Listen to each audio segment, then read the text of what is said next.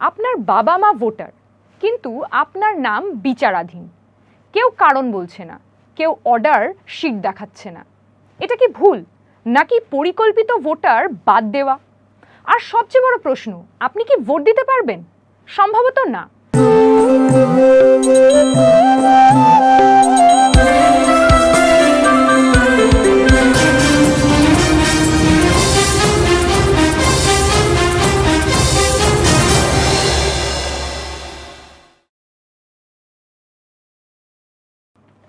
নমস্কার, আমি আফরিন বেগম, জনশক্তি নেটওয়ার্কে আপনাদের স্বাগত। পশ্চিমবঙ্গে এই মুহূর্তে প্রায় 60 লক্ষ মানুষ এই অদ্ভুত শব্দটার মধ্যে আটকে আছেন, আন্ডার অ্যাডজুডিকেশন। একটা শব্দ, কিন্তু এর ভেতরে লুকিয়ে আছে গণতন্ত্রের এক ভয়ঙ্কর সংকট। এটা কি শুধু পশ্চিমবঙ্গের সমস্যা? না, এটা ভারতের নির্বাচনী ব্যবস্থার ভবিষ্যতের প্রশ্ন। আজ আমরা কথা বলবো এসআইআর বা স্পেশাল ইন্টেন্সিভ রিভিশন নিয়ে। আর কেন অনেকেই বলছেন এটা শুধু ভোটার তালিকা সংশোধন নয়, এটা ম্যান্ডেট ইঞ্জিনিয়ারিং। সম্প্রতি বিহারে নির্বাচন হয়েছে।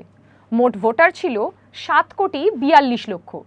ভোট দিয়েছে 4,98,59,510 জন।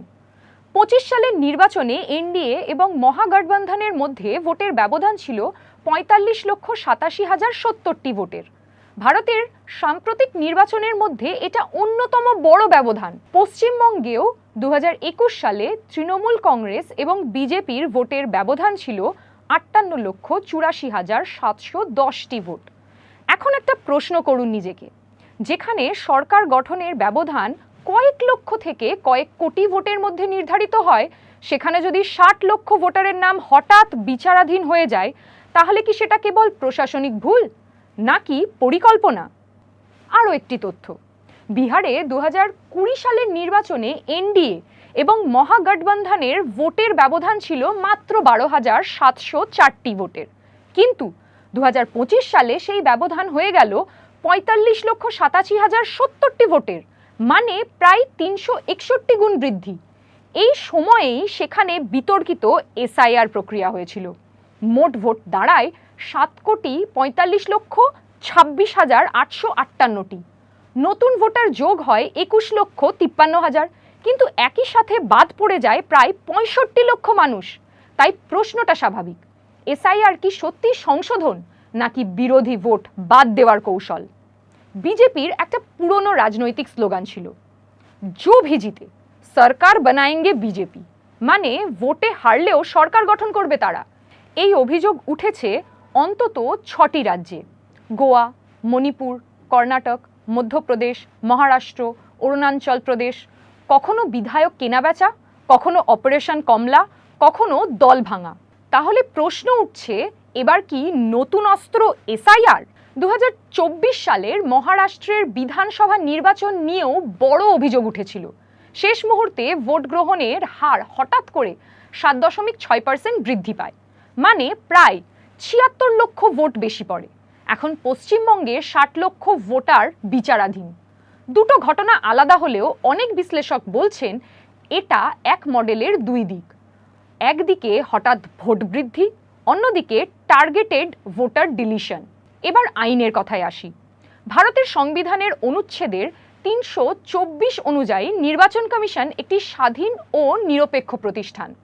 আর অনুচ্ছেদের 326 নিশ্চিত করে সার্বজনীন প্রাপ্তবয়স্ক ভোটাধিকার। কিন্তু আইনের একটা বড় প্রশ্ন আছে। ভারতের জনপ্রতিনিধিত্ব আইন 1950 এবং ভোটার তালিকা নিবন্ধন নিয়মাবলী 1960, কোথাও বিচারাধীন ভোটার নামে কোনো শ্রেণী নেই। আইন অনুযায়ী একজন নাগরিক হয় যোগ্য ভোটার অথবা অযোগ্য, মাঝখানে কোনো ধূসর এলাকা নেই। তাহলে 60 লক্ষ মানুষ এই ধূসর এলাকায় এলো কোথা থেকে? আরও উদ্বেগজনক তথ্য আছে। অনেক ক্ষেত্রে দেখা গেছে পিতা মাতার নাম ভোটার তালিকায় আছে, কিন্তু সন্তানের নাম বিচারাধীন। কেউ সরকারি কর্মচারী, তবুও নাম ঝুলছে তালিকায়।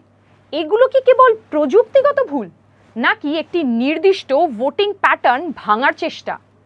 এখানে আরেকটা প্রশ্ন উঠছে, শুধু কেন্দ্র নয়, রাজ্যের ভূমিকাটা কি? অভিযোগ উঠছে পশ্চিমবঙ্গের প্রশাসনের একটা বড় অংশ রাজনৈতিক প্রভাবের মধ্যে কাজ করছে। বিএলও থেকে জেলা প্রশাসন অনেক ক্ষেত্রেই সিদ্ধান্ত হচ্ছে স্বচ্ছ প্রক্রিয়া ছাড়াই। একদিকে কেন্দ্রের বিজেপি, অন্যদিকে রাজ্যের শাসক দল। এই দ্বিমুখী চাপের মাঝে সবচেয়ে বড় ক্ষতিগ্রস্ত কে? সাধারণ মানুষ। আরেকটা অদ্ভুত বিষয়, যাদের নাম বাদ গেছে তাদের বলা হচ্ছে ফর্ম 6 আবার জমা দিতে হবে, কিন্তু আইনিভাবে যদি আগের আবেদন নিষ্পত্তি না হয় তাহলে নতুন আবেদন প্রশ্নবিদ্ধ। আর অনলাইনের যুগে মানুষকে 50 থেকে 60 কিলোমিটার দূরে জেলা অফিসে নিয়ে গিয়ে ফর্ম জমা দিতে বলা হচ্ছে। অনেক আইনবিদ বলছেন এটা আসলে প্রশাসনিক ফাঁদ। একটা রাষ্ট্রে যেখানে ভোটাধিকারই গণতন্ত্রের ভিত্তি, সেখানে যদি 60 লক্ষ মানুষকে বিচারাধীন রেখে নির্বাচন হয় তাহলে সেটা নির্বাচন নয়, সেটা একটা প্রহসন। প্রশ্ন শুধু পশ্চিমবঙ্গের নয়, প্রশ্ন হলো ভারতের নির্বাচনী ব্যবস্থা কি ডেটা দিয়ে ম্যানিপুলেট করা হচ্ছে? নির্বাচন কমিশন কি সত্যিই স্বাধীন, নাকি ক্ষমতার রাজনীতির মধ্যে আটকে গেছে? শেষে একটাই প্রশ্ন রেখে যায়, গণতন্ত্রে সরকার নির্বাচন করে মানুষ, কিন্তু যদি আগে থেকেই মানুষের একটা বড় অংশকে ভোটের বাইরে রেখে দেওয়া হয় তাহলে নির্বাচন কি এখন নির্বাচন থাকে, নাকি সেটা হয়ে যায় একটি পরিকল্পিত সাংবিধানিক বিপর্যয়?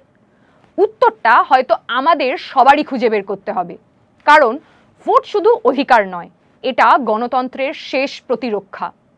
Don't forget to like, share and subscribe to stay updated with the latest incidents. Hit the bell icon to never miss an update. We will see you next time with more news that matters. Stay informed, stay safe.